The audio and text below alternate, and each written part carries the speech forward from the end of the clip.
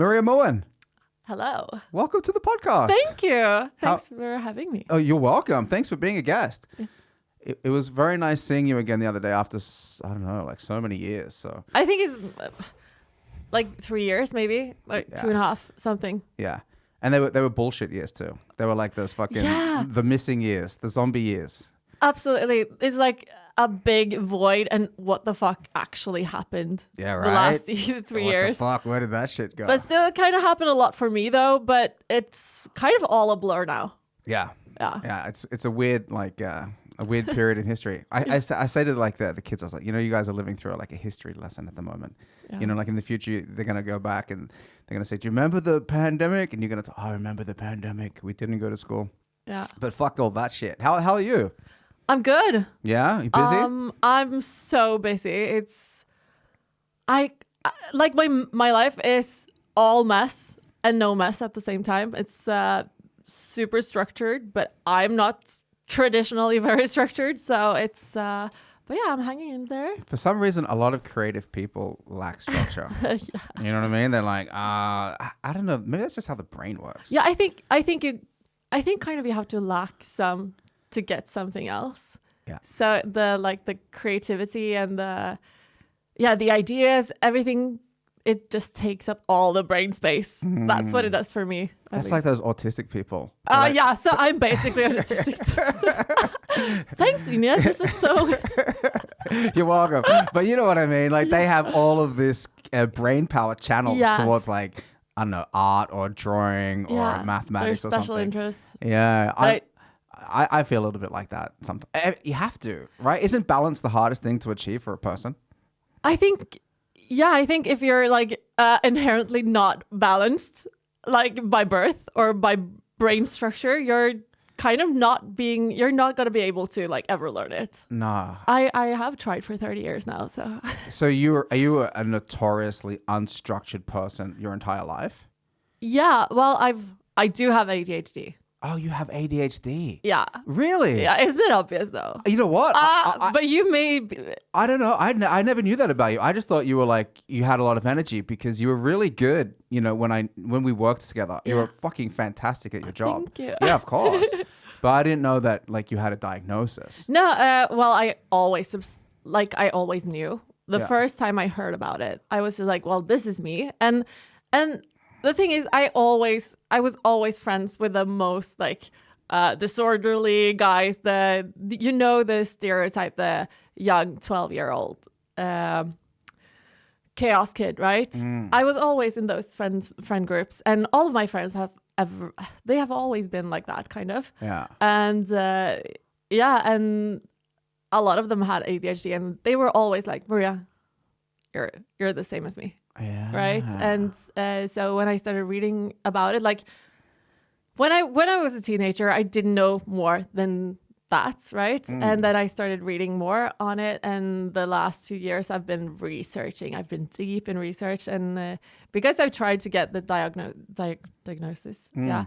But because I'm a girl and because I'm like on the outside, I seem very structured and it seems like I have everything together, and I get good grades and I'm really, really hardworking. So people have not always been able to tell, right, from the outside. And then my teachers, I think in school, they did me a bjørnetjeneste, by, when you're a girl in school, you have kind of this...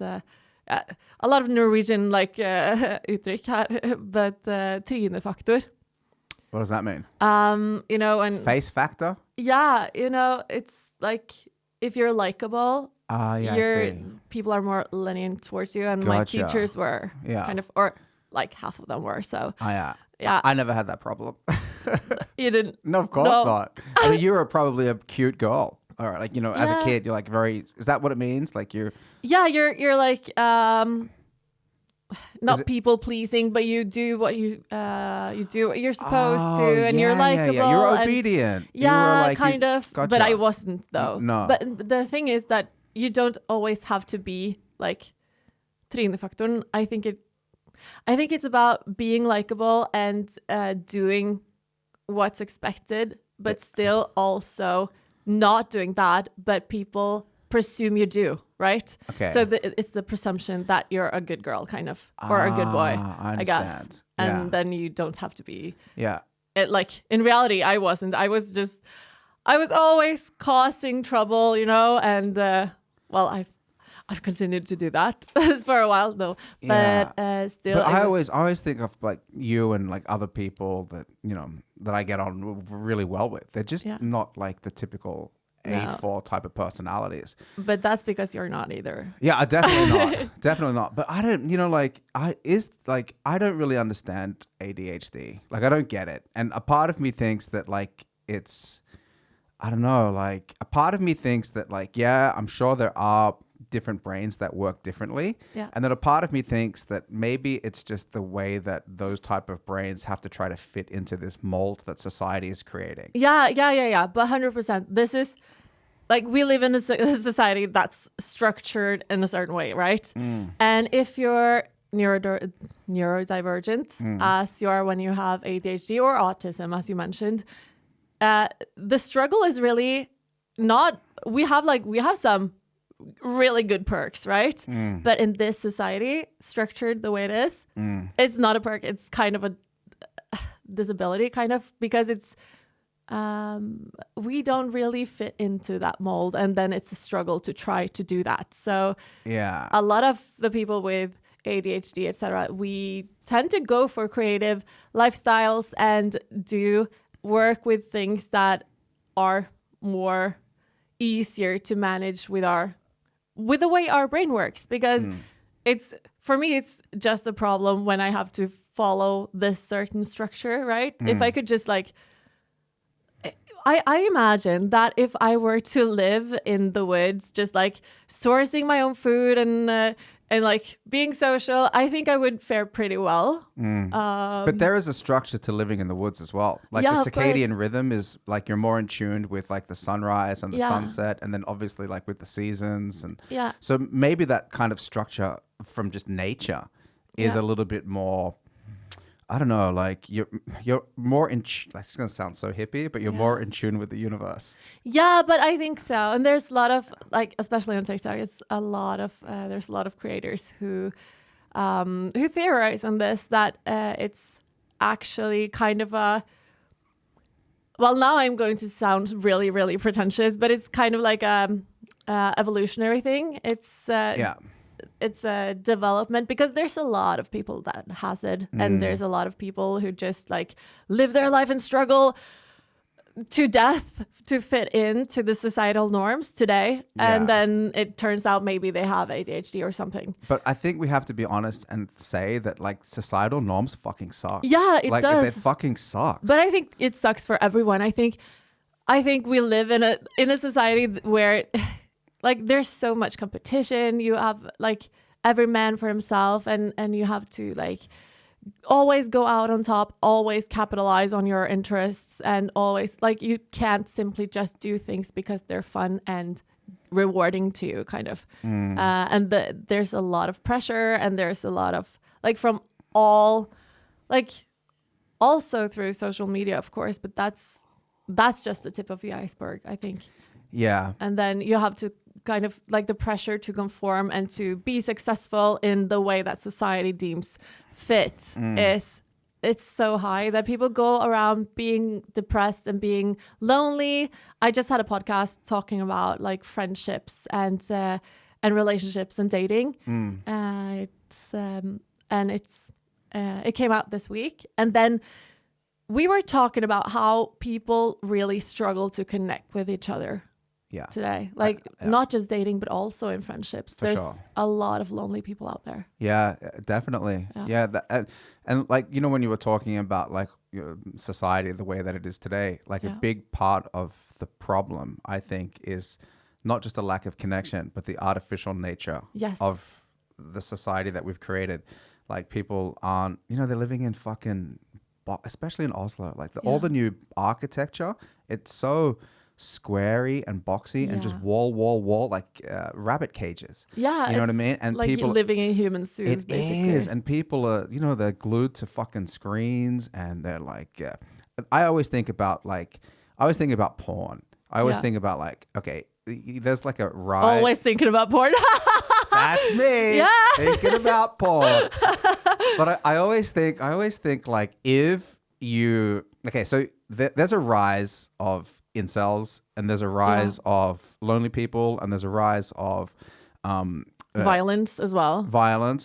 And the age of virginity is increasing. So people are losing their virginity later, especially men. Yeah.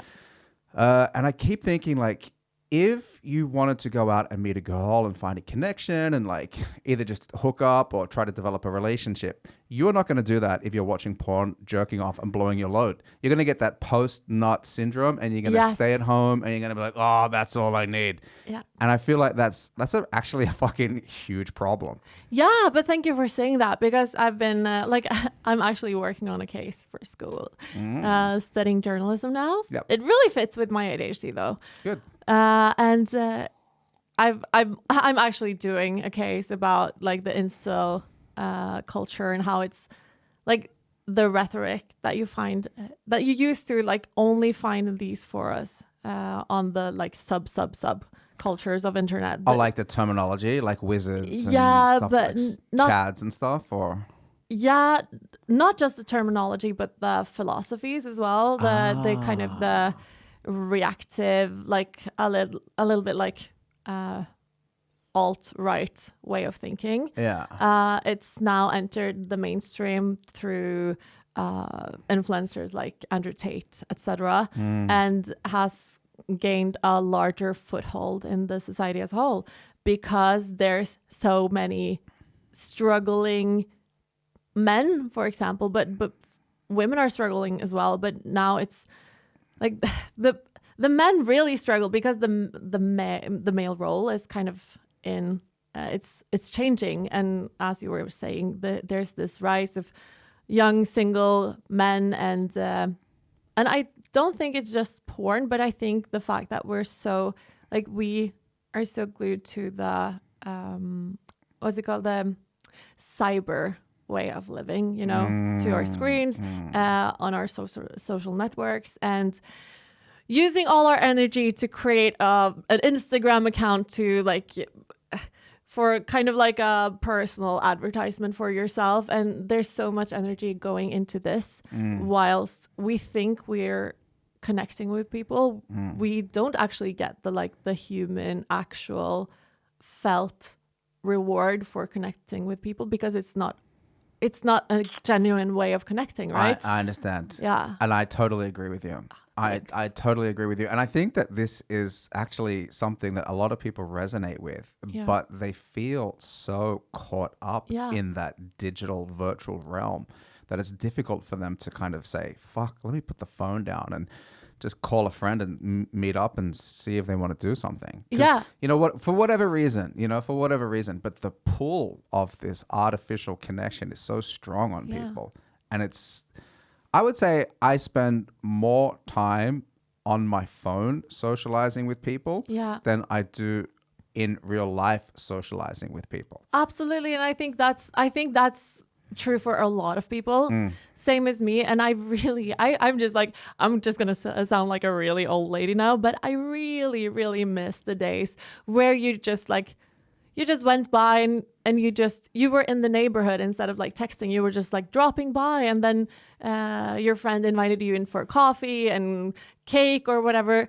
I remember like tales from my grandmother and great grandmother that they always had to have like cookies and baked goods or something in the fridge or in the cabinets to serve when guests were coming over. Yeah, exactly. But now it's like the only time guests are kind of coming over like that is when you invite them or by text or it's almost like you're right. It's almost like a special occasion. Yeah, like, or to party. Yeah. Like that's the only like genuine times people come together. I feel. Yeah. Because I remember as well, like we would just go to people's houses, knock on the door. He's not here. He's not there.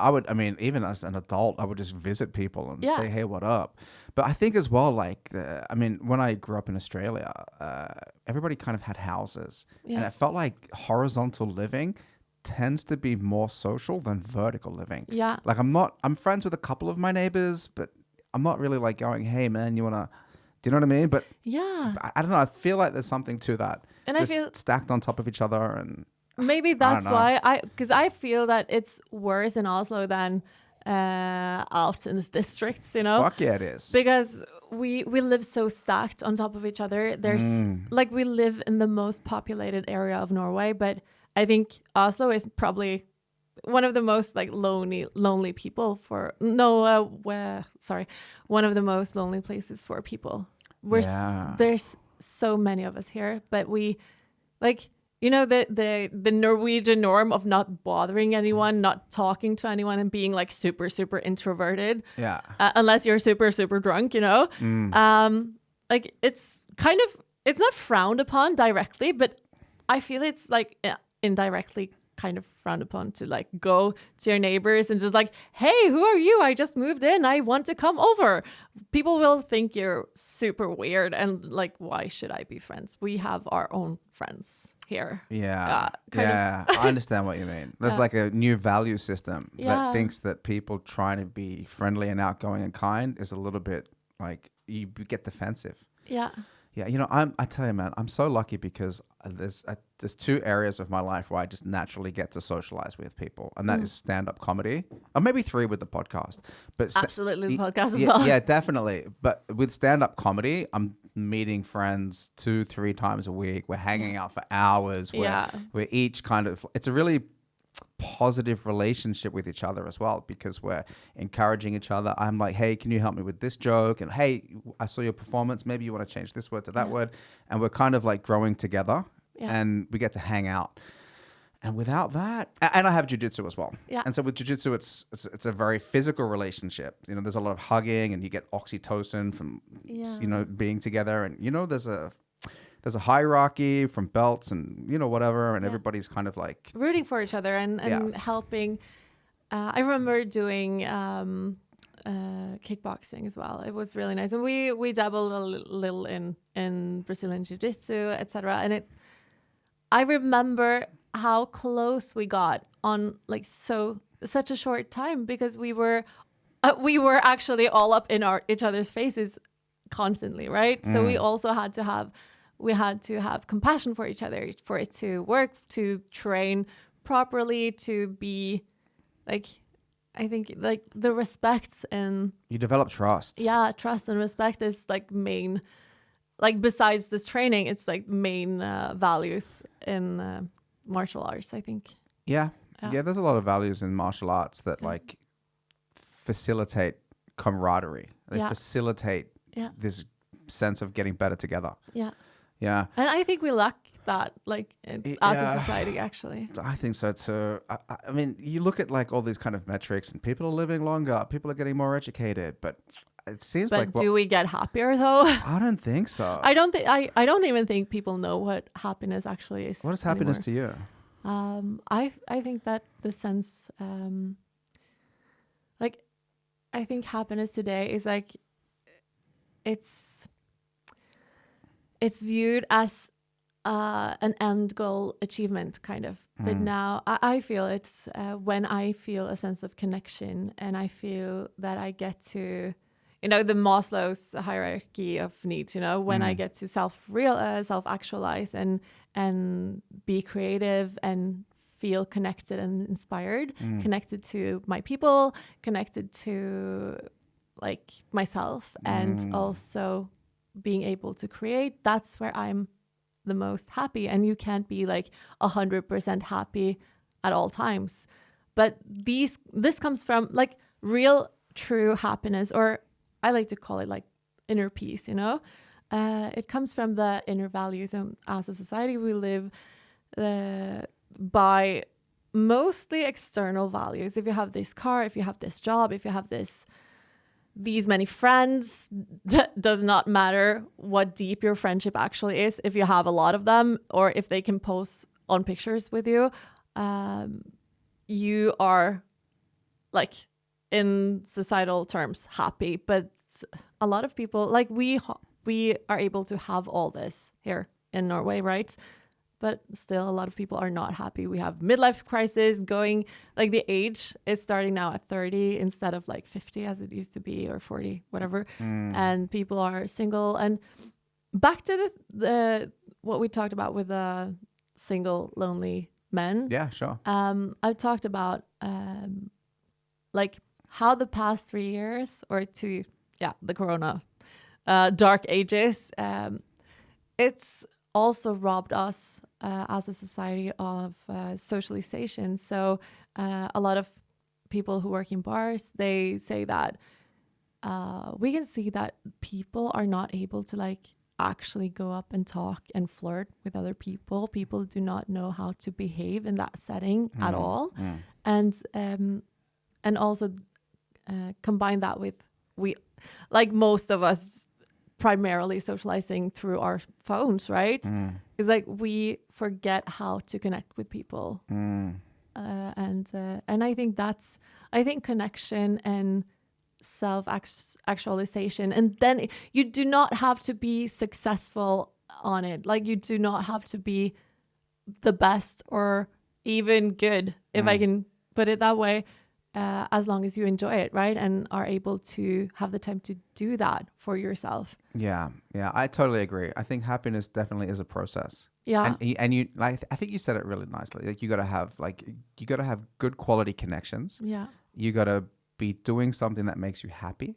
Yeah. And you got to understand that, like, as long as, and you got to be with your people. Yeah. That's the thing. Like Yeah. that community part is Yes. huge, because like, you know, you could be working some fucking job or hanging out with like a bunch of people and they're not your people. Or maybe you live in like some small town somewhere in the fucking middle of nowhere, and like, you know, you've got pink hair and everybody doesn't have it. You know, you got to like just kind of find your crew. Yeah. You got to find your peeps. We are what's it called in English? We are flockdyr, like pack animals. Yeah. We are. For sure. Yeah. Yeah, definitely. You got to just find your tribe. Yeah. It's weird, right? Sometimes you grow up in a spot and you're like, these aren't my people. And you just know it. You go, I got to, this is where I'm supposed to be.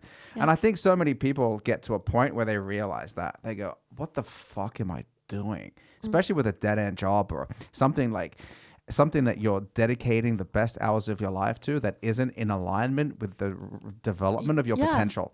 And you go, or your inner values or interests, etc. Yeah, exactly. And they're like, oh, what am I doing? What the fuck am I doing with this shit? And they go, oh my God, the clock is ticking. The clock is ticking, and now I'm 30 or now I'm 40.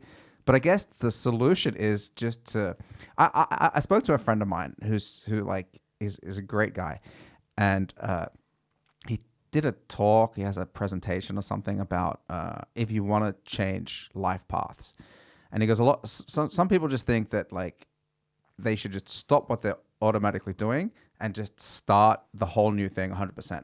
But it doesn't always work like that economically. And I think he said like what you should try to do is be like a monkey. Like the first branch, you're holding on to that branch, and then you got to make sure that the other branch is there. And maybe you're doing your regular thing 100%, and then you do it 90% or 10%, or the 80%, 20%. You got to kind of make this gradual transition from what you're doing to what you want to do. Yeah. So I thought that was pretty fucking good advice, and you know what I mean? Yeah. Yeah. But you see cases of like this all the time of people who just, you know, whatever it is, they start doing whatever their pursuit or their passion is. Yeah. A really great example on this kind of like critique of society, and this blows my mind so much because you know the series Exit, right? Yes. Yeah. The thing is, I have like understood it that way, that people find it so fascinating because they see these rich, successful men who just like live as they're basically like 17-year-old and they're partying, they're doing drugs, and they are sleeping with a lot of women, but they're also married, and then their wives are the bad guys of the show, kind of. And I like the show is it's made as what's it called, like a warning. It's like, this is what happens if you're not happy, basically. These guys would not have had the need to do all these drugs if they were genuinely happy from within, right? instead as like society views it as like, this is the best way to live. You have nice cars, you have nice houses, you have au pairs, you have nannies, you don't have to spend time with your children. You can just hang out with the guys constantly and have sex with a lot of prostitutes. And I think there's a disconnect. We see that in the movie American Psycho as well. Like Patrick Bateman has like risen to be this alpha male. Even the Wolf of Wall Street. Yeah, Wolf of Wall Street as well. That was totally. Yeah, and these characters has risen to be like the ideal person for a lot of guys, and they fail to notice that this is actually a critique of this kind of lifestyle. Yeah, definitely. And that's such a toxic culture as well. Yeah, like when you think is. about that Wall Street corporate raider type of, you know what I mean? Like shorting stocks and prime rate mortgage collapse. All those guys that are like, you know what I mean? Yeah. They're not really kind of in an industry where they create. It's like, because when you were mentioning all of these people from these movies, I kept thinking like, yeah, Elon Musk isn't like that. And I don't think Mark Zuckerberg is like that. But they're in industries where they're creating things. Yeah. But like these guys, and they're sitting around like, They're we're just going to fucking money collapse that company. Let's buy, let's short. It's going to corporate takeover. Yeah. You know what I mean? They're kind of like the corporate rate. They're like corporate Vikings. Yeah. Like almost like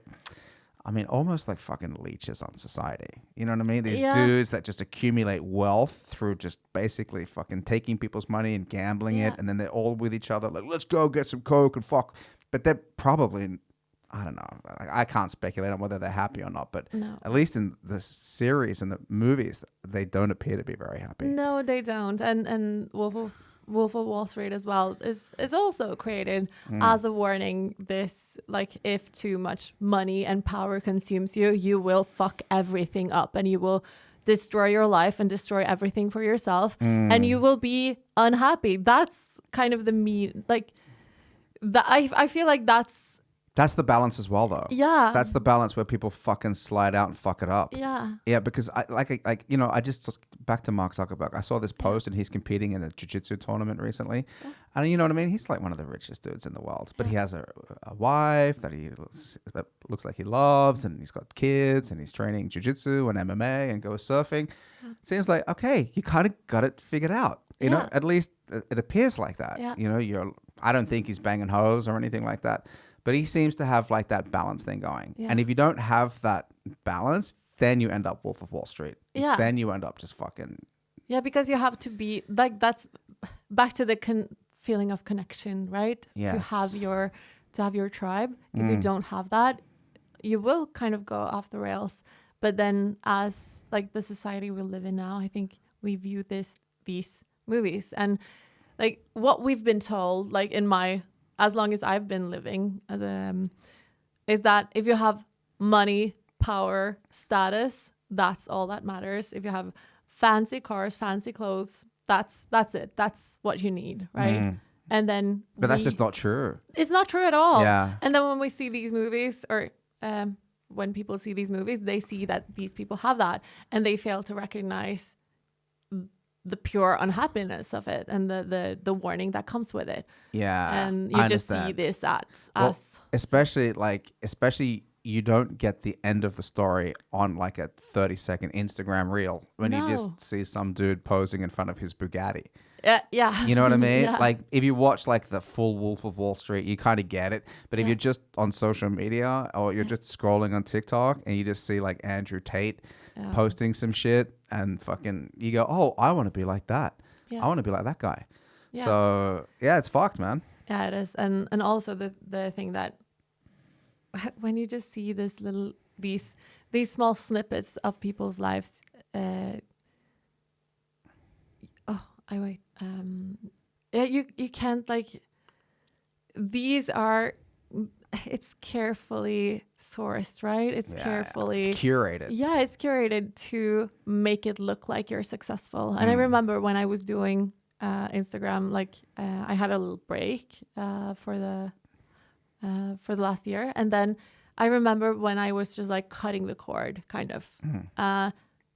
I felt so much more free, because one of the things I kind of struggled a little bit with was that in order for my Instagram to be successful, I had to like curate kind of a false success for myself. I had to curate this image that was not aligned with where I was at the time. And it started out as doing it, as being creative. And then it just like the pressure of like when you have to like measure your work in like, it started out as being creative and making stuff, taking cool pictures, and like mostly of myself because I'm so cool, right? But yeah, no.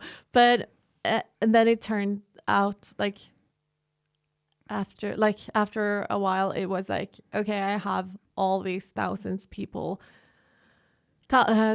people expecting me to deliver a perfectly curated narrative of my life. And I do not have the time or energy or capacity to do that right now. And when I just like took a break, it was so liberating because then I could just focus on living authentically for myself and not having to constantly record, take pictures. Like I've started up again now, and I feel now I kind of like feel the same. I realized that I like the first part of this year, I forgot when I was meeting friends, etc. I forgot to take up my phone and film and post on social media because I was so used to not doing that.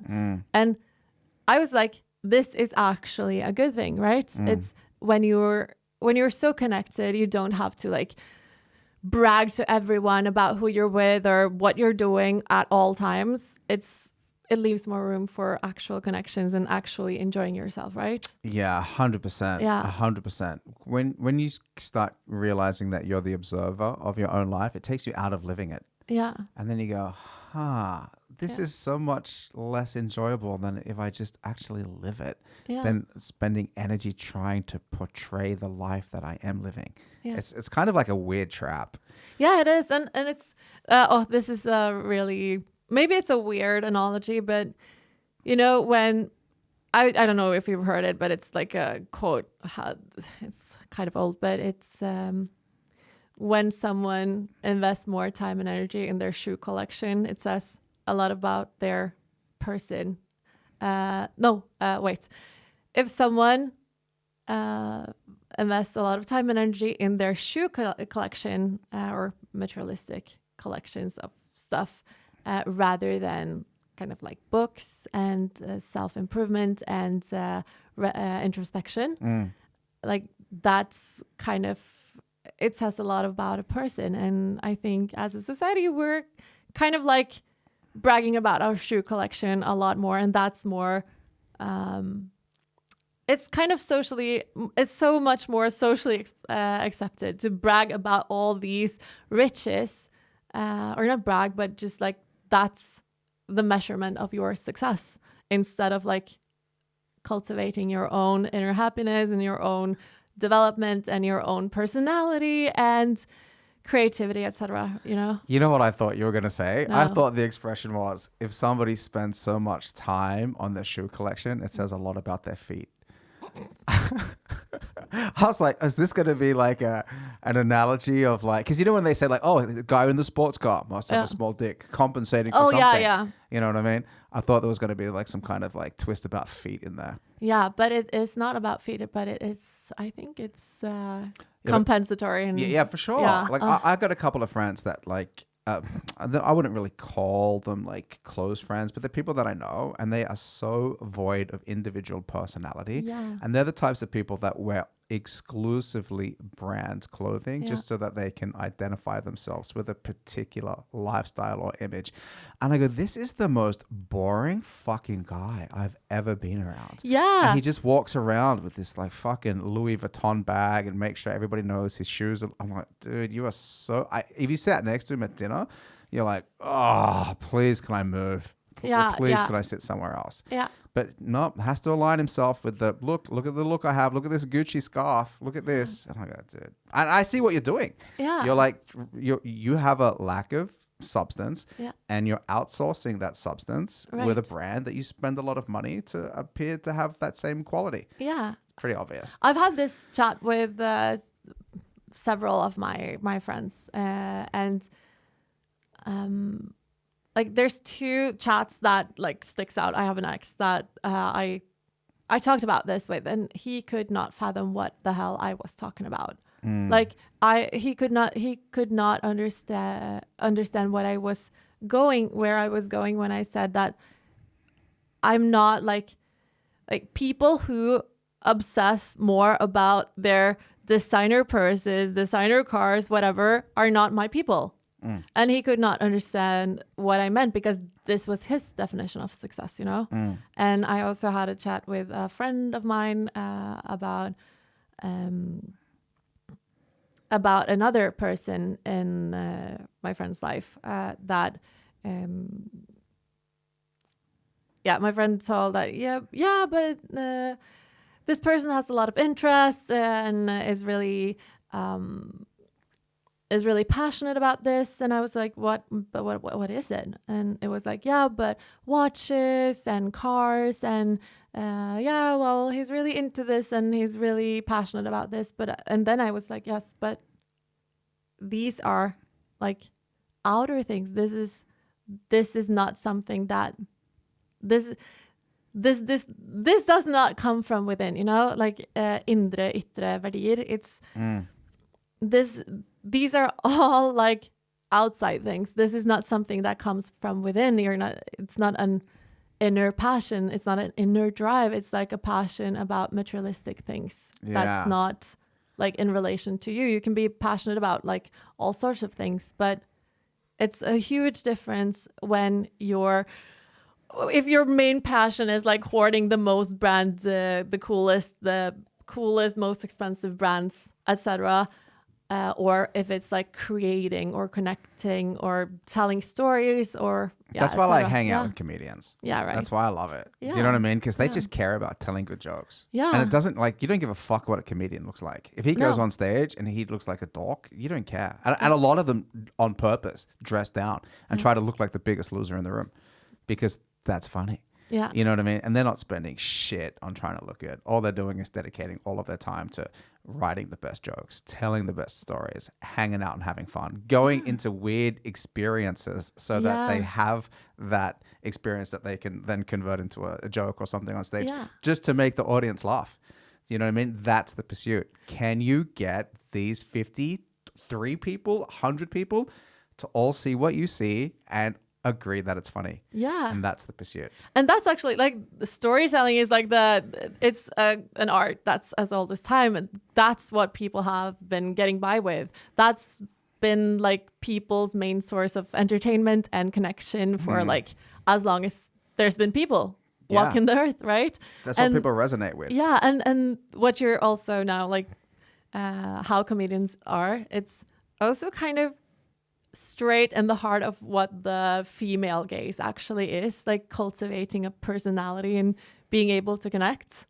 That's like the main things women are looking for in a partner. And then all these guys... Wait, what's the main thing women are looking for in a partner? Ability to connect, like emotional intelligence, you know, like Then why do they want guys that are over 180 centimeters? What's all that about? I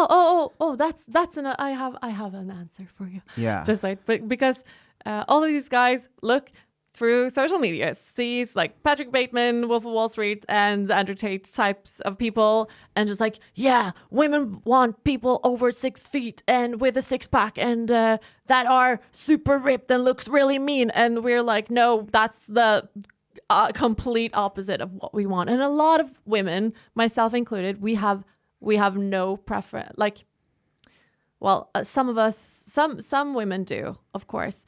The height thing, this is actually rooted in the patriarchal norms of how to be a correct woman and a correct man. So this actually comes from the idea, like, it's not a really old idea because I think it was started in the 50s or something, that to be the ideal woman, you have to be like small, petite, and because to be small tiny, short, and slim was connected with being feminine. Yeah. And then the guys had to be super masculine, and it's the same as today, really. But so women have like struggled with their sense of femininity and trying to fit into these norms of what's actually feminine for decades, right? And then now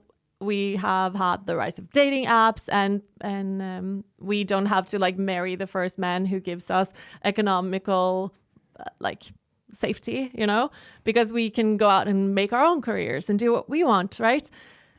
And now we have, because this is so deeply rooted like through generations, that as women we have to be small and cute and smaller than our male counterpart, right? So now we're just like, well, I need to have a tall man, because if he's shorter than me, I will not feel feminine, right?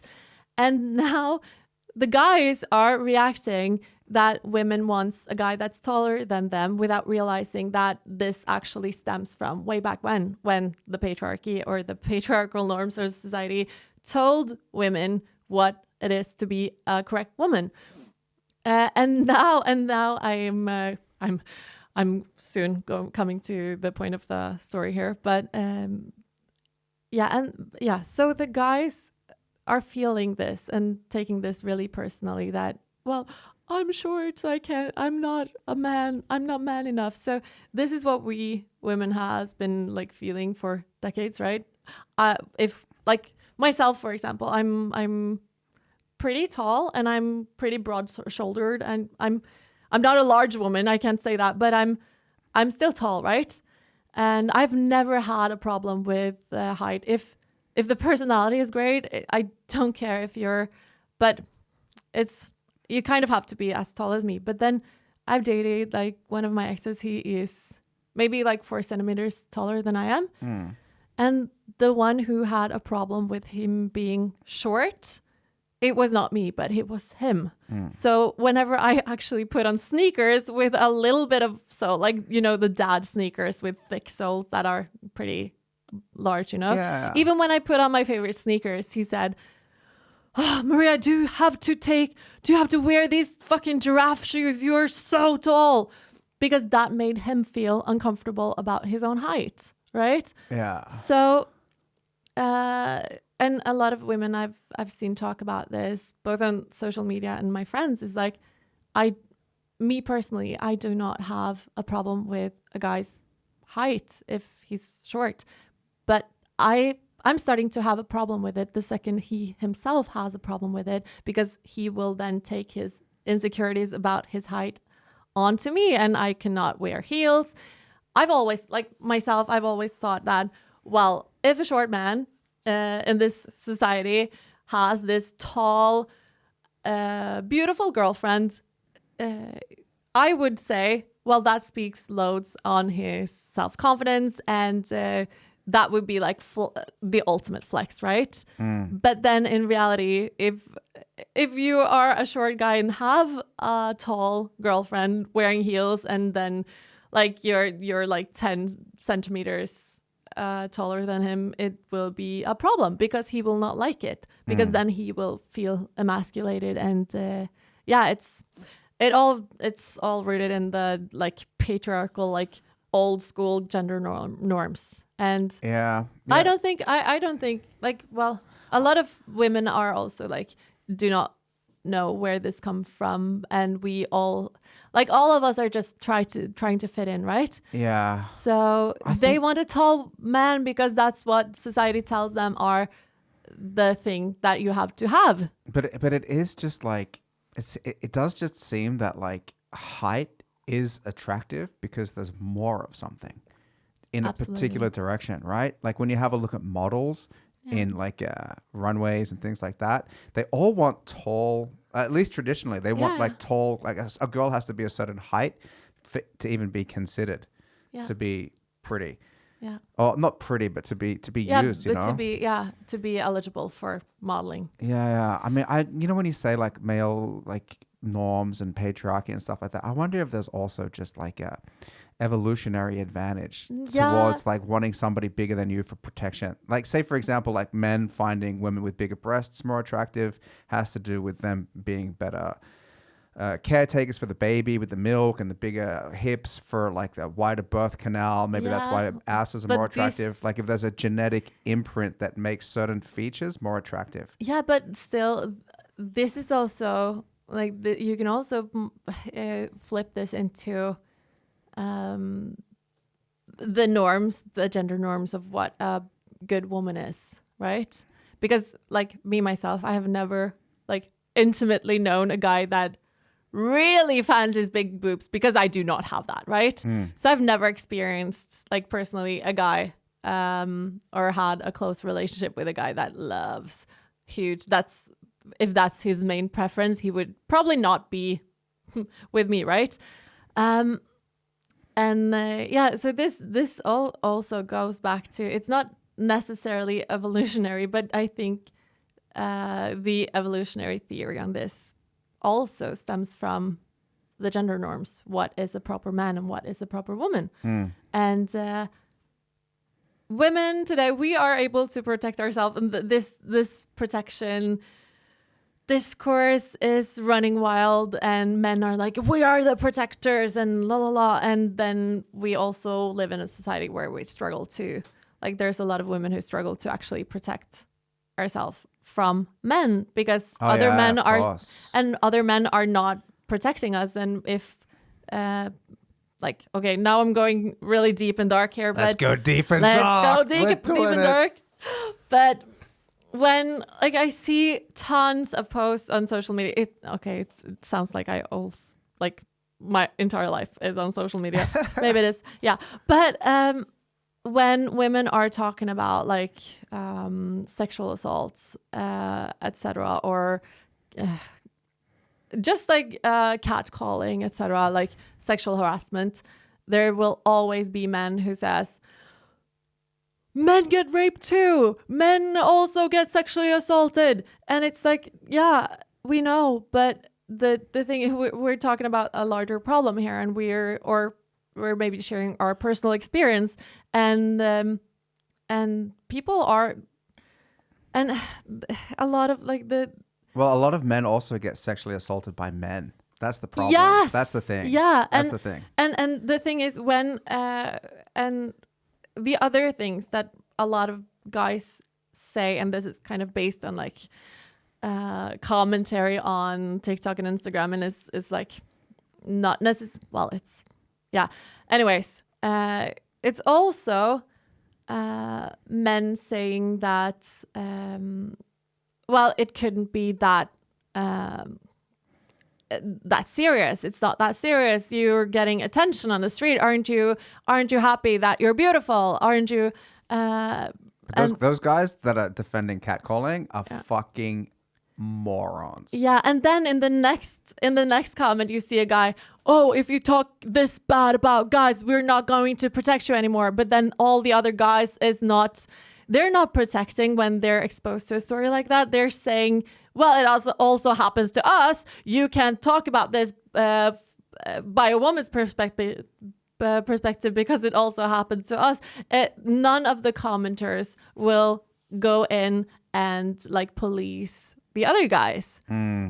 So in reality, guys are not protecting us from other men.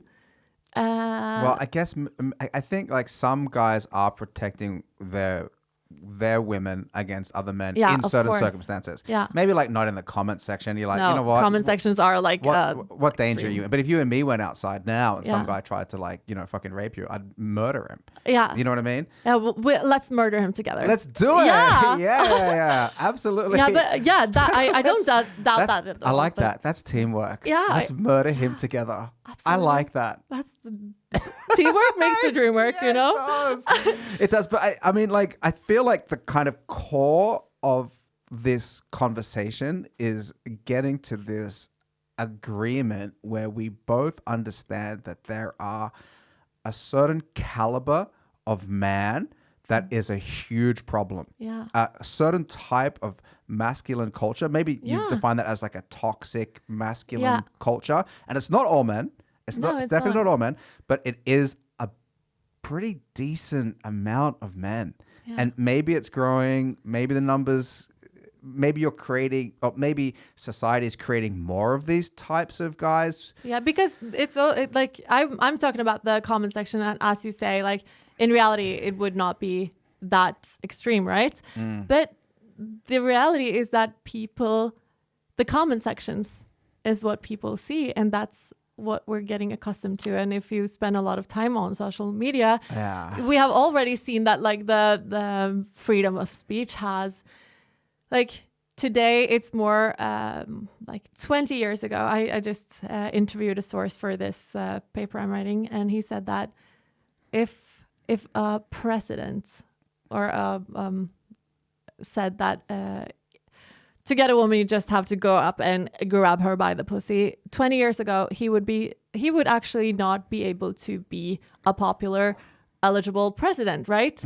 But now it's like we're so desensitized to that kind of, those kind of, to be and say stuff like that. We're so desensitized, and it's more accepted, and people are getting more extreme and saying more things that are actually kind of harmful, and we are desensitized to the inherent harm it poses, right? Yeah, I understand. Yeah. Because you're seeing so much more outlandish shit because people are, they're getting exposed to so much stimuli that to catch somebody's attention, people are posting more and more and more and more and more wild. It's like when you start watching porn, like when you watch porn, you're like, oh, wow, cool. It's just like a regular sex. And then you're like, oh, let me see a cream pie. Let me see an anal cream pie. Let me see two chicks sharing a cream pie. And then it just gets like, it just keeps going. Yeah. And it's sort of like that as well with these like, obviously, negative statements and personality types, which is why you get these like Andrew Tate characters. Yeah. Because like he's just saying stuff that's like, wow, that's so crazy. Check out this guy. Yeah.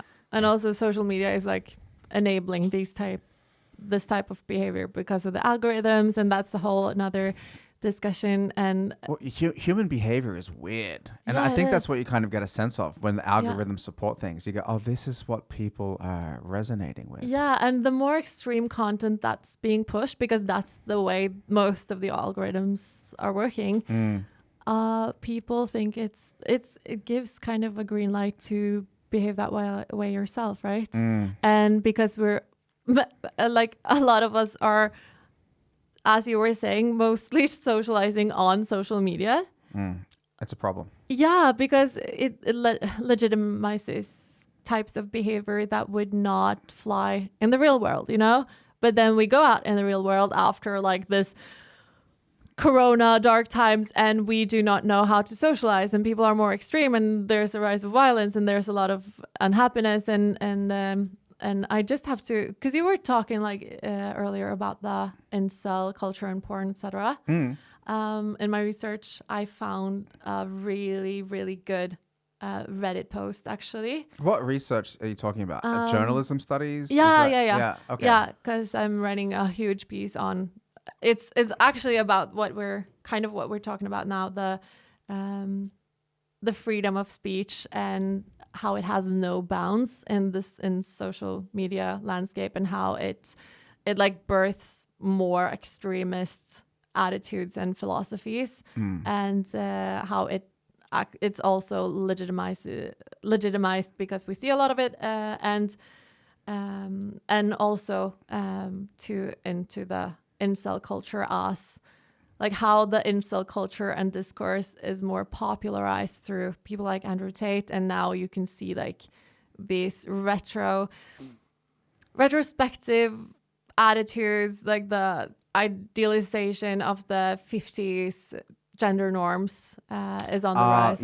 I see. And then the idealization of the 50 norms gender roles. Yeah. And then it's... So people are kind of longing back towards those traditional gender roles? Is there like a yearning? Are there people going, the way it is now, it's not really working? Is there some truth to that? Yeah, the thing is that you have... it's kind of a reactive... It's a political reactive ideology.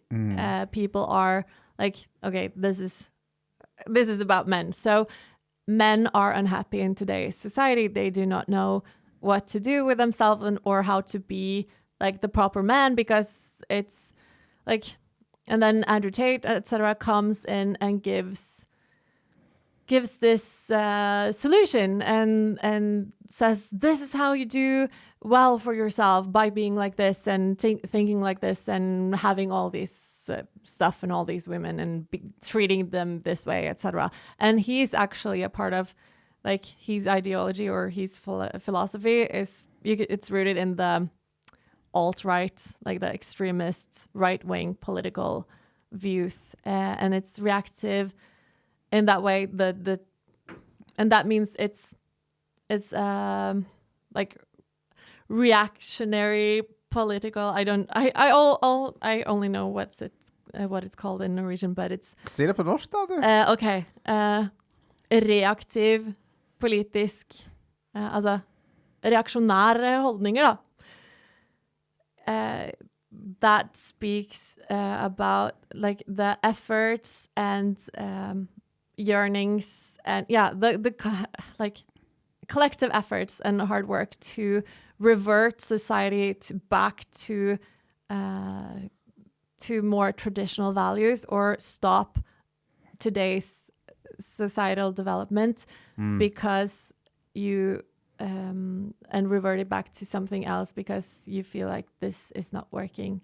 And then they're pushing a lot of these like traditional values because they think that, well, today is not working, I'm super unhappy. And there's such a large proportion of people who thinks that way. And then you get people like Andrew Tate and what he, like, his ideologies and viewpoints is, it's connected to the right wing. Yeah, like, but extremists. I guess Andrew Tate's viewpoint is pretty extreme. Yeah. But like my granddad, for example, he got married in the 40s and the 50s, and that was a very traditional relationship where my grandma stayed at home and they had 7 kids. Yeah. And my granddad worked. But in that time, this is the big difference. In that time, he could make enough money to provide for his wife and 7 kids. Yeah. And I don't think they had kindergarten or anything like that there. So she could stay at home and then, like, you know, raise these fucking 7 kids is a lot. 7 kids? It's 7 insane. And like from 0 to 5 or 0 to 6, there's no daycare or anything like that. No. But this economic situation was like they could afford to buy a house on one salary. You know what I mean? Yeah. And she could stay at home, and they had a lot more kids, and they got married younger. Yeah. So, like, you know, she wasn't like in her 30s or pushing 40 by the time she had her first kid. Yeah. So there are some things that from the past are just kind of different. Yeah. You know what I mean? It's not applicable to our culture right now. And No. but it's so like the Andrew Tate comparison, it seems to be like a look back on the time with this really negative view, because like my granddad really loved his, and he just did everything to provide. But it seems like what Andrew Tate is pushing is that you should control your woman. If the woman wants to leave and go to she can't go to the club. She has to do what I want to say. Yeah. That attitude is wrong no matter what decade you live in. Yeah, absolutely. And I've been talking about my aunt and no, I've been talking to my aunt about this. She's, how old is she now? She's pushing 70 actually. And she was alive when like the first waves of feminism started, and her experience with dating, for example, was completely different than now, right? So even before like feminists were starting to riot and like here in Norway, like in the 70s, you know, she was young at that time, and she says that from my experience, right, when I've told her about like impossible dating culture, you know, she's like, I can't believe this, because even way back when. And I've also talked to my dad about this. This is insane, because my dad, he's like one of those guys that he's the biggest compliment, the compliment I gave him that he was the most fond of, right? Okay, get this. He wore like some green cargo pants, I think. And I was like, oh, hey, Dad. Wow, you look just like the Oslo fuckboys in those pants. And he was like, oh, what's that? I'm like, no, that's just like the new term for rundbrenner, you know, like yeah, fuckboys. a player, right? Yeah. And he was like, really? And he was so proud, you know? Yeah. But he looks like somebody who gets pussy. Yeah, and he's like, he was notoriously known for, like, sorry, Dad, exposing you on this podcast, but but he was notoriously kind of known by being a player, you know. He got mad pussy. Yeah, and we've been talking a lot about dating, etc., and the viewpoints in men today. And he also, with me being on TV, etc., and he has never once, like, he hasn't seen it, but he has never like, he's an old school dad, but he's also an old school player, kind of. And his main focus was always like making the women feel good about themselves, and like being sure of himself and treating them nicely, and that made him also popular. And but he has like never been jealous of his partners. He's never been like controlling. He's never been like, they have been free to be themselves, right? So he's always been accepting, and he has never felt that there's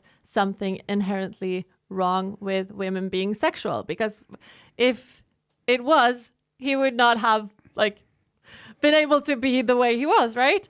He doesn't have a double standard. But now there's a lot of double standards, and me myself, as having had sex on television, etc., it's like, he does not like, he finds it, I think he finds it, he's like, yeah, you do you, whatever, but he doesn't find like women's inherent like sexuality a threat, such as I experienced when I did this, and the whole fucking nation reacted and was mad at me and called me the biggest slut who has ever walked on this earth, because I stood steadily and was not shameful of my sexual expression, right? So you got a lot of backlash from the Paradise Hotel, because I mean, you had sex on camera. I know, like, you got your pussy eaten on camera. Yeah. And there was a like... Yeah, but the thing you're mentioning there, like, the sex, that was not like too odd, but it caused like a media uproar. It was like every major news outlet in Norway was like, this is insane, this is crazy, this is wild. But they were talking about me as if I was the crazy, insane one for doing this, whilst in reality, I was just like laying back and not doing a thing other than enjoying. So the thing, like, Norway, as like the audience reacted to, was the fact that I could be there and enjoy something that's so natural. If you have a good sex life with your partner, or are interested in also pleasing your significant other or your partner or the partner for the night, as a man, you're probably pretty accustomed to eating pussy, right? Yeah, that's straight. Right? That shit's good. And I was the one who got the backlash, and I was not the one performing the oral sex, right? I was just like enjoying it. And that's what caused like this major rage in all of the comment sections, and the reporters tried to like, aren't you embarrassed? And I was like, no, this is so normal. And yeah, it's probably not normal to do this on TV, because I think it might have been like the first time it happened on TV, and people were outraged. And there's not been a single article about the guy who did it. Like, what the fuck is he doing? Why is he licking pussy on television? No, it was more like, this is insane. She's actually enjoying something that's normal. And because I'm a woman, and there was actually the editor of Nettavisen at the time, she actually wrote leder. I don't know what it's called in English, but it's an opinion piece from the editor of like the news outlet, right? And she said, and she actually pointed to this. When Maria did this, like Maria and Alexander, as his name is, did this, and he got up and got high fives and creds from guys. And then when Maria arrived like 5 minutes later, it was all like death stares and like it was so awkward. And this actually highlights presumption, like viewpoint on like it's actually highlights the differences in how sexuality is perceived by gender. If you're a man, it's so cool. It's you gain status. You're really cool if you get to like do whatever sexual to women. But if you, as a woman actually sits back and enjoys it, you're the biggest harlot. And do you think it's really because bad. it was your pussy and his tongue? And like, would it have been different if it was a blowjob because it's his dick? The thing is, I remember saying that if I'm going to do something sexualized, it's going to be me who gets it. I will never give a man a blowjob on television because that's everywhere already, right? And what the editor of Nettavisen actually wrote was that if it had been the opposite, it wouldn't even have caused a headline, right? There's the difference. Yeah. Yeah. So that it's, I feel like what I did on TV, I had a pretty good idea. Like I knew who I was, and I decided to just like be the most extreme version of myself. Like I do not behave that way like all the time, right? But I was on TV and I was like, if I'm going to make this count, I better make it count, and I'm going to like leave my what's it called? Not boundaries, but my limits. Or... Yeah, I'm gonna leave my limits home in Norway, and what happens in Mexico, it did not stay in Mexico though. But I was like, well, if I'm going to do this, I'm going to be 100%. I'm going to be 100% free. I'm going to do stuff that like I would normally do in the bedroom, right? But it's important that like the audience also have a look at how it can present if a woman is comfortable in her own sexuality and not ashamed, because all the interviews on all of the pairs who have had sex on TV since what is it like 2003 or something, it's like 20 years ago since that happened for the first time. It's always the women who get asked, well, aren't you ashamed?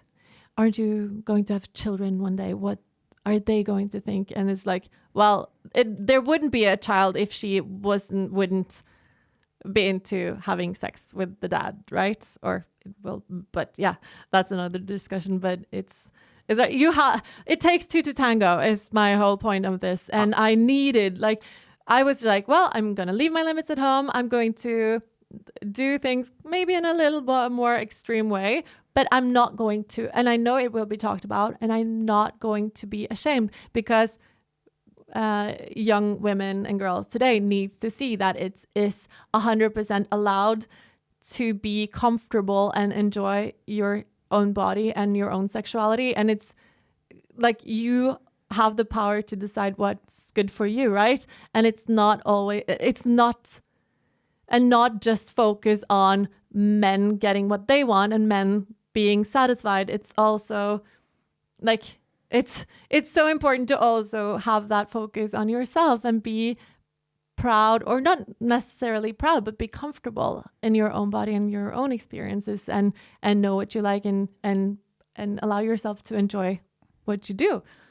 Right? Of course. Yeah. You know, the weird thing about stuff like that is that like everybody likes sex. Yeah. You know what I mean? It's like everybody fucks. And if you're in a relationship, Yeah. like you're getting your dick sucked. You're eating pussy. You're fucking. Everybody's watching porn. Everybody's biologically programmed to want to fuck. Absolutely. And that's the whole reason we're here, kind of, right? Exactly. Yeah. And then when it starts getting really judgmental and people start acting like, oh, you got your pussy eaten. Oh, you guys fucked. It's like, yeah, but you do too, motherfucker. Yeah. They just happen to do it on basically a game show. Yeah. You know what I mean? And guess what? People like watching that stuff. You probably like watching it too. That's why you're writing about it. Yeah. And if no one watched it, it wouldn't be written about, right? Exactly. And it was like, there's been so, like, even this year, there's been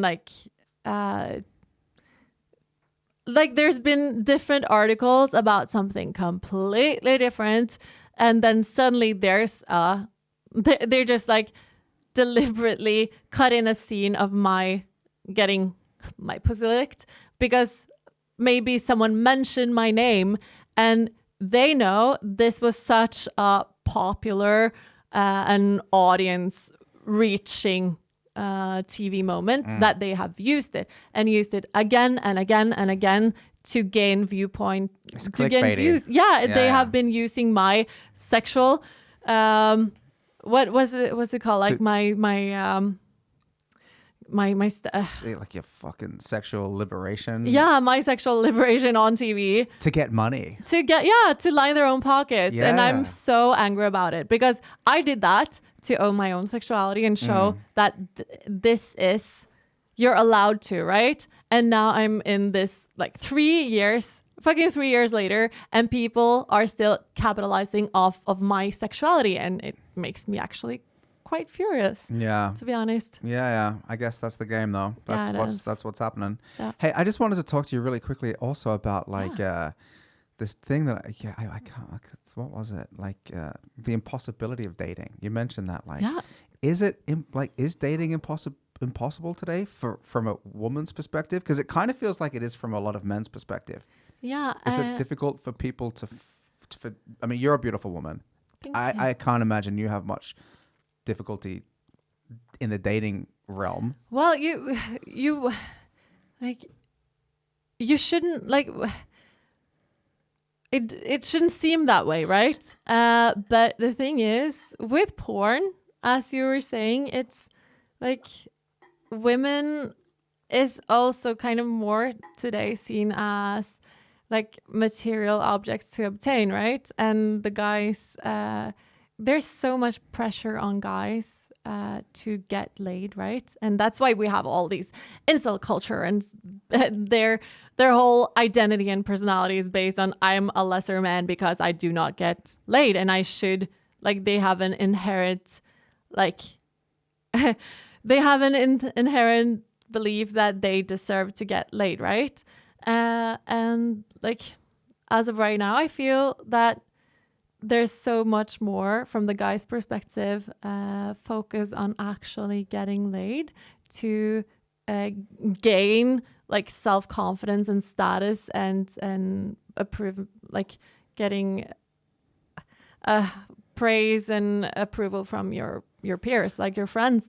Then it takes away the actual premise of actually dating and connecting with people. The focus is not on connecting, it's on getting laid, getting to have had sex with this person, like for example with me, and not in the getting to know. And if you're beautiful or kind of maybe looks a little like a porn star, with blonde hair and big lips, I do not have the big tits, but then it's like, that's a higher capita kind of. The more beautiful of a woman, the more praise you get from having had sex with her. And I actually struggle a lot with meeting guys that actually is interested to get to know me beyond how I look and beyond their boner, basically. Gotcha. So guys are from your experience, gravitated mostly towards sex and less towards relationships and Yeah. getting to connect with you. Yeah, and I think that's the episode that released this week in my podcast. It's not just my experience, and it's not just it's not just like very beautiful women, but women are kind of seen in the same category as these like Louis Vuitton bags, the Bugattis, the brands, clothes, and the material objects of status, right? And yeah, people have like men have they're so focused on getting laid that they forget to like actually get to know and also it's like how society perceives different people. Like I think there's a problem between people in general. Yeah, but I feel like so. there's a problem with like a lot of dudes, like a lot of younger dudes that are unable to even maintain a kind of relationship with people. They might like be able to hook up. I know a couple of dudes and they can fuck chicks, but chicks don't want to stay with them. No. Do you know what I mean? They can't keep a chick longer than one night, even if they tried. Yeah. They just can't do it. Like there's just something inherently you know what it is? I might be wrong about this, but I feel like there's a big group of men who lack this ability to connect to people with like their souls or with like who they really are. And there's this kind of like cloak around them that stops them from merging together with a woman. And I don't know whether it's like that for women as well, but I know that there's a bunch of dudes, not ugly guys, handsome guys, and they're just a little bit off. Yeah. There's just a little bit of a disconnect, and they're very selfish. Yeah. They are extremely selfish. And their viewpoints on things, I just listen to them and I go, you don't get it. You're so fucking self-centered and you're just focusing 100% on you and you don't understand what is valuable to a woman. That's why you can't fucking keep a girl longer than 2 nights. Yeah. And it's weird and they just don't get it. But I think I don't know whether it's all social media, but I feel like a lot of men lack empathy. And empathy is the ability to see the world through somebody else's perspective, and they can't do it. They can just see the world through what I want. And that sense of selfishness is so strong that women are repelled by it. They're like, oh, gross. Ugh, yuck. Yeah, and then you, on top of that, add the fact that the hookups in itself are more valuable than the connection. So they will not even strive to it. Because when guys are gaining approval and status from their peers by hooking up, they will not strive to achieve more than that either, because they're already getting the praise there is from their own tribe, right? Yeah. And I think what you're talking about is like this major disconnect. And this is also rooted in like how society kind of raises boys, right? I've written a lot of pieces for TV2, like Kronikk.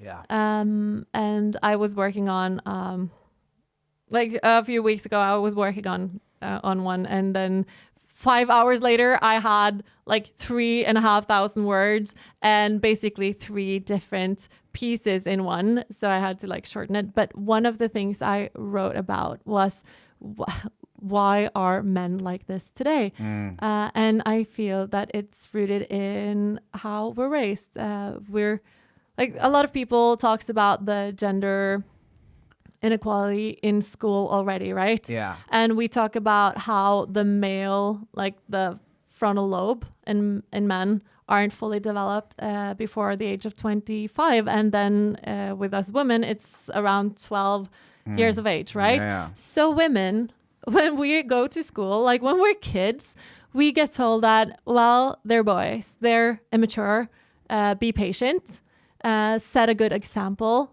Like, basically, like you have to compensate for their lack of, right? And then we, like women or girls, were raised to think this way, you know, to take responsibility for their lack of responsibility. And they're getting like a free pass from teachers and society, basically, or parents maybe, from a really, really young age. And you know that the young, like when you're a kid, that's the most formative years of your personality from a psychological perspective, right? Definitely. And then when we as girls, like when we're 10 years old, get told that we get told a lot of things, but we get told that, well, they're going to misbehave. You have to like deal with it and set a good example, because boys will be boys, right?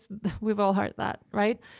And then we do this and we develop this sense of responsibility, whilst the men get a free pass to, they're basically getting told that it's okay to outsource the responsibility. So they do not necessarily learn how to take responsibility for themselves and their own actions. And that's a pretty fundamental part of being able to develop empathy, right?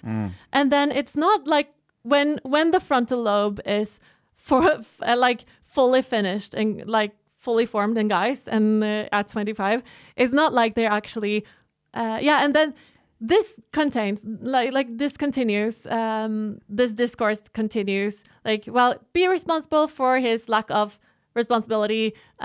This continues throughout all like teenage years, etc.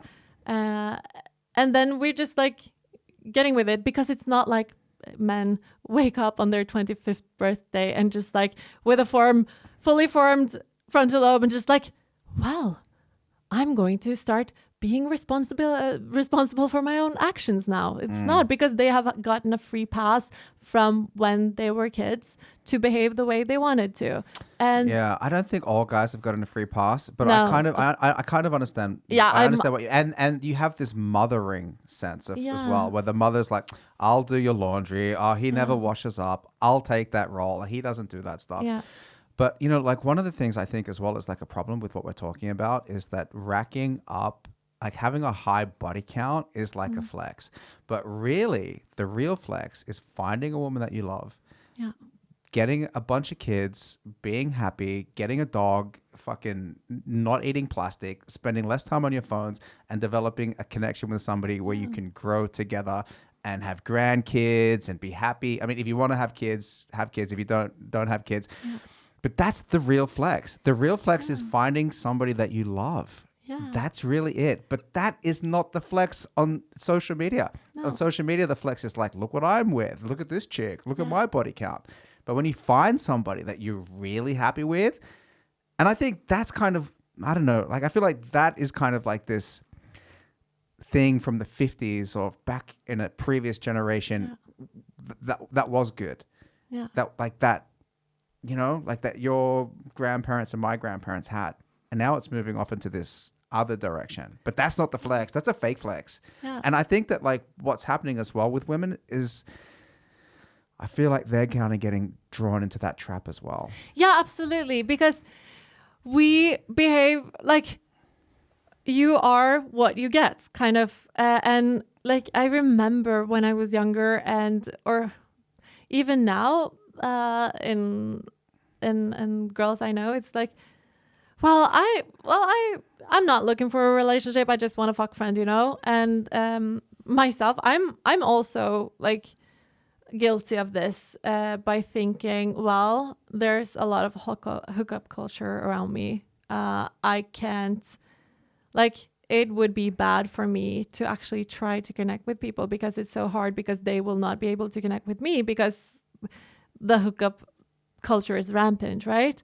So then you have all these women who, well, they're surrounded by fuckboys. So they decide, well, I'm going to be a fuck girl myself and try to like merge into this way of living because, well, if they're not going to connect and I'm trying to connect with them, I'm going to end up hurt, right? Hurt people, kind of. But, and then it's kind of like internalized misogyny in a way, but also like internalized toxic culture on like, well, I need to do this to survive, kind of. And then when all the guys when all the guys are only looking for hookups, as a woman, you need to like, well, if I'm going to connect, even in a little small, tiny 5 minutes duration of time, I need to be a fuck girl myself, because that's the only thing that's available right now, right? Yeah. So then we get into this, like the major, like it's just growing, right? And people are losing the ability to connect because instead of, and now we see like I have seen a lot of TikTok videos on women who are like, well, now I'm not going to have sex with someone until they're actually interested in me as a person. I'm not going to have sex with someone I do not feel a mental, like intellectual or like personal connection with. And then a lot of women like end up with, well, I haven't had sex in 6 months, a year, because, and it's voluntary, because even though they have been on a lot of dates, they're meeting guys who only wants to meet them to hook up, right? And then they have set a boundary for themselves, and it's like, well, I'm not going to sleep with you unless you actually treat me or view me as an equal or a person even, right? And then a lot of women just, like, I tried it myself, and I think, and it's so, from my experience, I also was like, it's because I'm 30 now, you know, and the importance of having real connections is so much more valuable than a fucking orgasm, right? I can do that for myself, right? And if being with a guy that's the only like perk you're gonna get, if you even get that, right?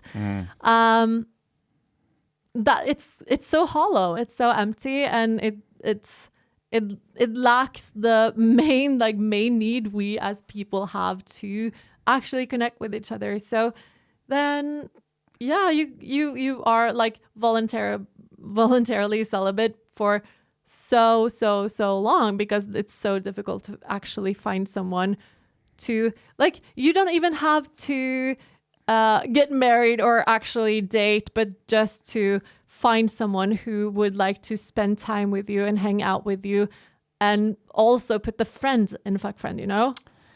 Yeah, I get you. I know what you mean. You know, like in Australia, at least when I was like living there, which was fucking 15 years ago, when I was like dating, I would go out, I'd meet a girl wherever, at the club or through a friend or something. And then I would take her out for a date, and then you'd go out for another date. And then maybe on the third date, something would happen. Yeah. But there was kind of like always a couple of dates first. You'd like, you know, you'd get a kiss the first night, maybe you'd make out the second night. And then the third date, you would see what's happening.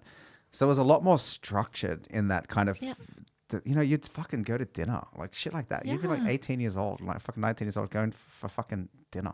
Yeah. You know what I mean? Like, I feel like a lot of times here, it's just like, let's just meet up and get drunk and then end up fucking, and then I'll never talk to you again. Yeah. Yeah. It's so bad, because this is so, like, we talk a lot about this in my this week's podcast episode as well, but and I'm 30, and we had a guest, she's 20, you know, 21 years old, and she's so enraged by this culture, and I've felt on this rage myself for a lot of years, even like trying to merge myself into a fuck girl to not be hurt by people not treating me or wanting a connection with me as a person. And then and like, it's a collective experience, I think, for even if you're 30 or 20 or in between, or maybe older as well.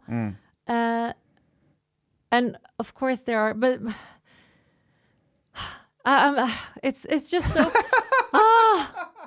it's exhausting. Yeah, it is. And I'm like, firstly, I hate dating apps, and I have like, okay, this is going to enrage a lot of people, but I have a radical view on Tinder. Let's hear it. I feel today that Tinder a lot of guys that uses it is like treating it as a free escort service. Yeah, I got you. Yeah. Yeah, I think you're right.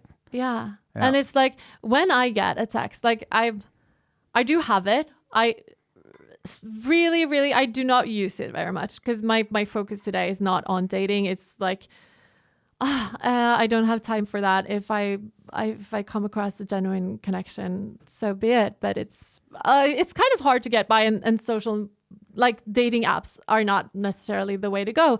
And whenever I get like a text on Tinder, 3 a.m. On a Sunday, like Saturday night, or yeah, I just like, I keep thinking, really, are you that socially inhibited that even when you're drunk outside on a packed on a night of even when you're in a jam-packed club full of beautiful women or women in general, you're not able, even when you're drunk and have all this liquid courage and false sense of self-esteem, even then you're not able to actually go up and connect so little to a girl to take her home.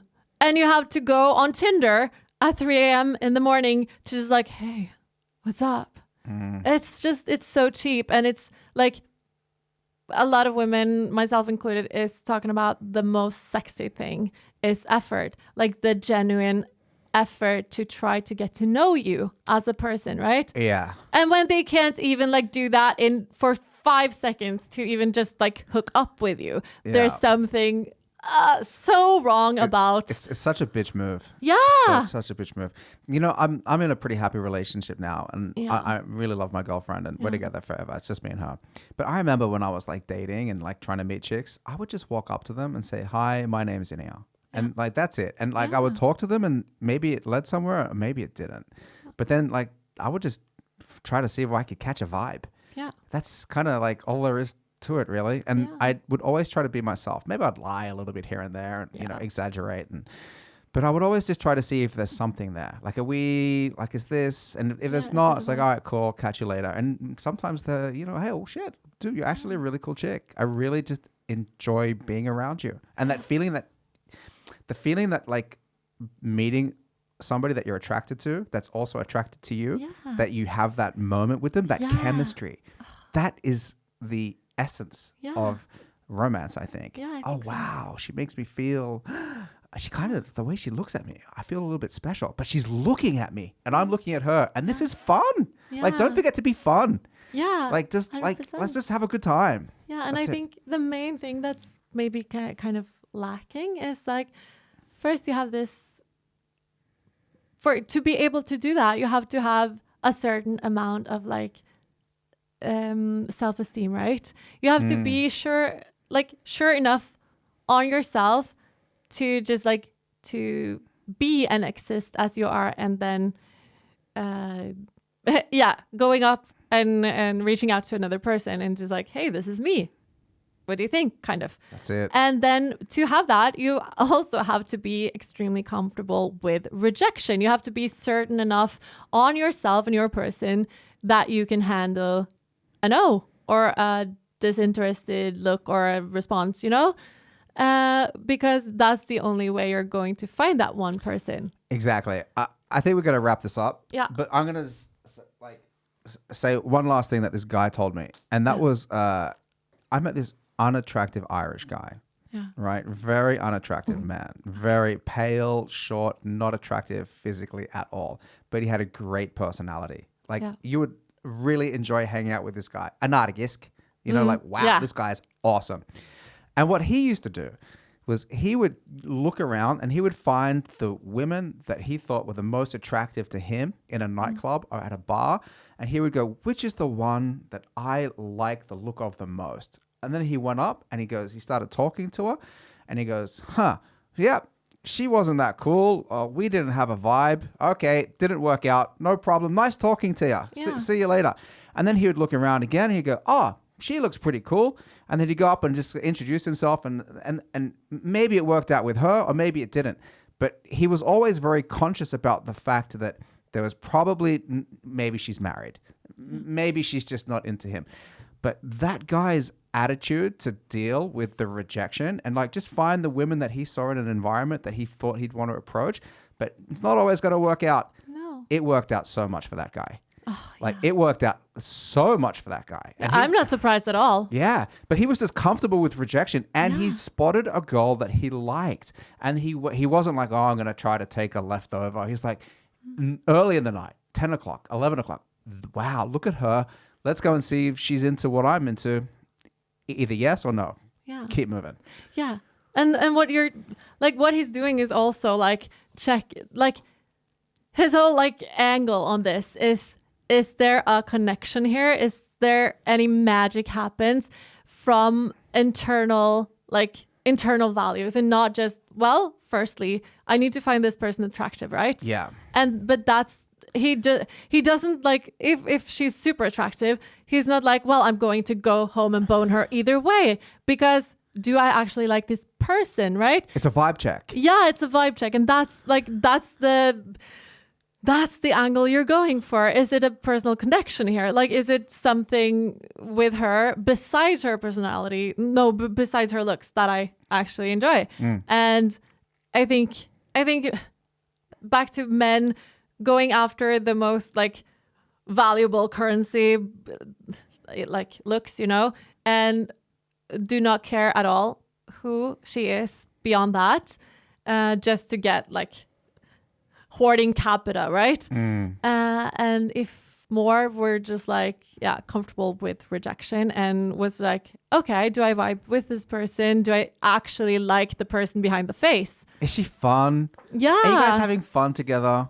Are you nice to each other? Yeah. Is she nice to you? Yeah. Do you like the way she looks? Yeah. Does she want to suck your dick? Do you guys have a good thing? Yeah. Fuck, that's what you want. Yeah. You know? And the last thing, like the main disconnect, I think, for a lot of guys today, like they do not listen to what we women actually want. What do you want?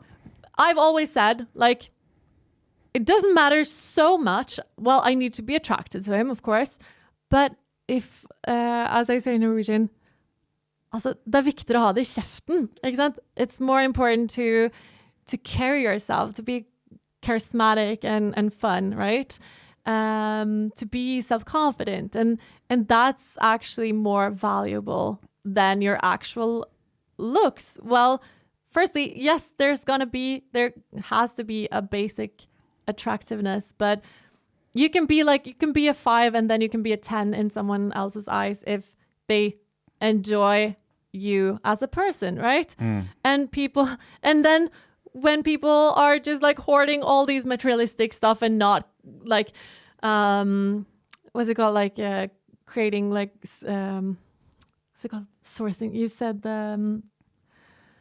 yeah and not like cultivating their own personality and their sense of security or self-esteem, when they're not working on these things, you're not going to be very attracted to others, because you have to be attractive to yourself. Yeah. You have to be proud of yourself. Yeah. Yeah. That's a really good point. Yeah. You need to find yourself valuable so that other people can find you valuable. Absolutely. And then you get the confidence that it takes to go up to a girl and do a vibe check. And then maybe if you're lucky, take her home. And if you're even more lucky, maybe marry her and have kids, right? Exactly. Yeah. Oh, wow. That's such a good point. You got to be happy with the person that you are. Yeah. That's really important, because if you're not happy with the person that you are, what are the chances anybody else is going to be? Yeah. And yeah, of course, I'm a little opposed to like, you have to love yourself before you can love another person. But there is still you do not have to like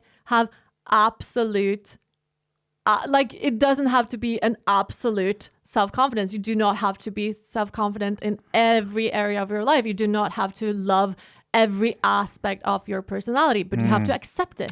like self-acceptance. And just be on the journey as well. Yeah. Like you might not be at the desk. Nobody has the dream body or the dream job. But if you're just working towards something, I feel like that's a good part to like be proud of yourself. Yeah. Go to the gym. Fucking find a hobby that you love. Yeah. And instead of like working on an end goal of happiness, just like work on the continuous self-acceptance, because if you accept yourself, you're going to be more accepting towards others as well, and have self-compassion, and then you're going to be more compassionate towards others. And if you accept yourself and are like safe in you as a person, in your body, and this is it's what's it called? It's smitter.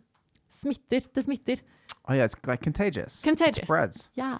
Yeah. Did we just solve the men and women crisis? I think so. I think we did. Yeah, Inia and Maria solving world problems, helping people to connect. The episode is relationships. Next episode, I don't know, fucking the Middle East. Or Russia and Ukraine. We'll fix it. Yeah. Hey, listen, thanks for being a guest. If people want to listen to your podcast, you want to like tell them where to find it? My podcast is Fittologi. It's on all platforms, Spotify, Apple Podcasts, and also Podplay. So you can find it where you listen to podcasts. And it's free. It's not a paid, paywall. Fuck that. Yeah. Yeah, keep it free. Yeah. Hey, it's so good seeing you again. Likewise. Yeah, thanks a lot, Maria. Thank you. Take care, everybody. Bye. Mwah. Bye.